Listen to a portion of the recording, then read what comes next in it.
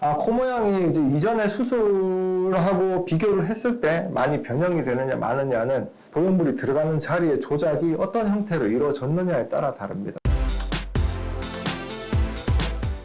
네, 여러분 안녕하세요. 다하다 성형외과 변호장 이종훈입니다. 오늘도 다하다TV 촬영 시작하고 있습니다. 자, 이제 시작합시다.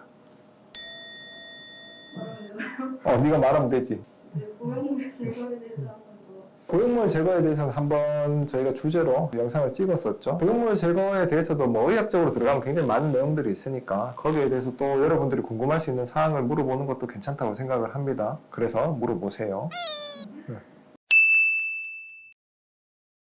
보형물 제거를 어떤 상황에서 했느냐에 따라서 좀 다릅니다. 보형물 제거를 하는 경우는 여러 가지가 있지만 보형물 자체가 너무 본인이 싫어서 그냥 안정적인 상태인데도 제거하는 경우도 있고 실제로 보형물이 나쁜 현상을 계속 일으키고 있어서 제거하는 경우도 있잖아요. 그죠? 만약 안정적인 상태에서 그냥 보형물만 제거를 했다면 구축 현상이 일어날 가능성이 굉장히 희박합니다. 근데 만약에 보형물 자체가 어떤 부작용을 일으키고 딱딱하게 만들어지는 주변 조직과의 어떤 반응들이 있다. 그 상태에서 보형물만 쏙 제거를 하고 그 조직들을 처리를 하지 않잖아요. 그러면 그 염증 반응 자체는 정도 자체는 작아지겠지만 그렇다고 모든 게 해결된 건 아닙니다. 그래서 그런 경우에 보형물을 제거를 할 때는 주변의 조직들까지 같이 제거를 해줘야지 구축 현상이 없습니다.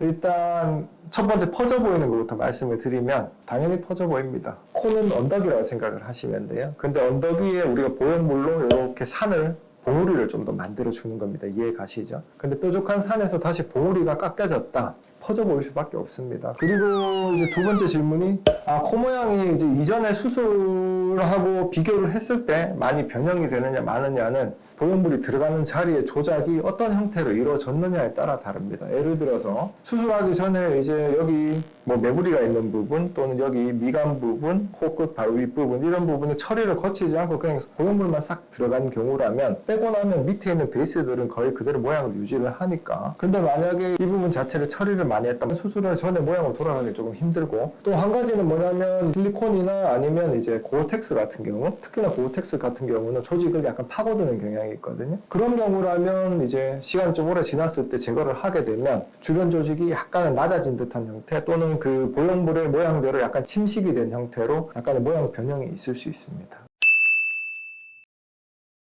대부분의 경우 코 성형에서는 피부가 처져 보이는 현상은 보형물을 제거하고 난 다음에 없습니다. 안에 있는 그 다른 구조물들을 심각하게 부피를 줄이지 않았다면. 그런데 이제 원래도 피부가 되게 많이 남는 사람들 있잖아요. 예를 들어서 높은 복코 같은 경우에 살이 되게 많잖아요. 그죠? 그럼 코끝에 부피도 있지만 이런 부분을 높여가지고 뭔가 재분배가 되는 듯하게 수술을 했는데 만약에 그 부피를 갑자기 확 빼버린다. 그러면 다시 여긴 낮아지고 밑쪽으로 이렇게 해서 코끝이 다시 커 보이는 듯한 현상처럼 피부가 마치 밑으로 다시 좀 커지는 듯한 느낌으로 보일 수 있습니다. 그래서 케이스에 따라서 변화가 없을 수도 있고 어떤 케이스에서는 변화가 좀 있는 것처럼 보일 수도 있다. 이렇게 대답을 해드리면 되겠네요. 넌 항상 할 수 있지? 솔직히 저희가 이제 환자분들의 마음을 다 이해하기는 힘들거든요. 그래서 만약 이걸 보시고도 만약 보형물 제거에 대해서 궁금한 게 좀 있으시다. 그러면 이제 댓글에 그런 거 달아주시면 또 그런 주제로도 저희가 또 영상을 찍어 보도록 하겠습니다. 네, 이상 다하다 성형외과 대표원장 이정훈이었습니다. 다음에 또 만나요.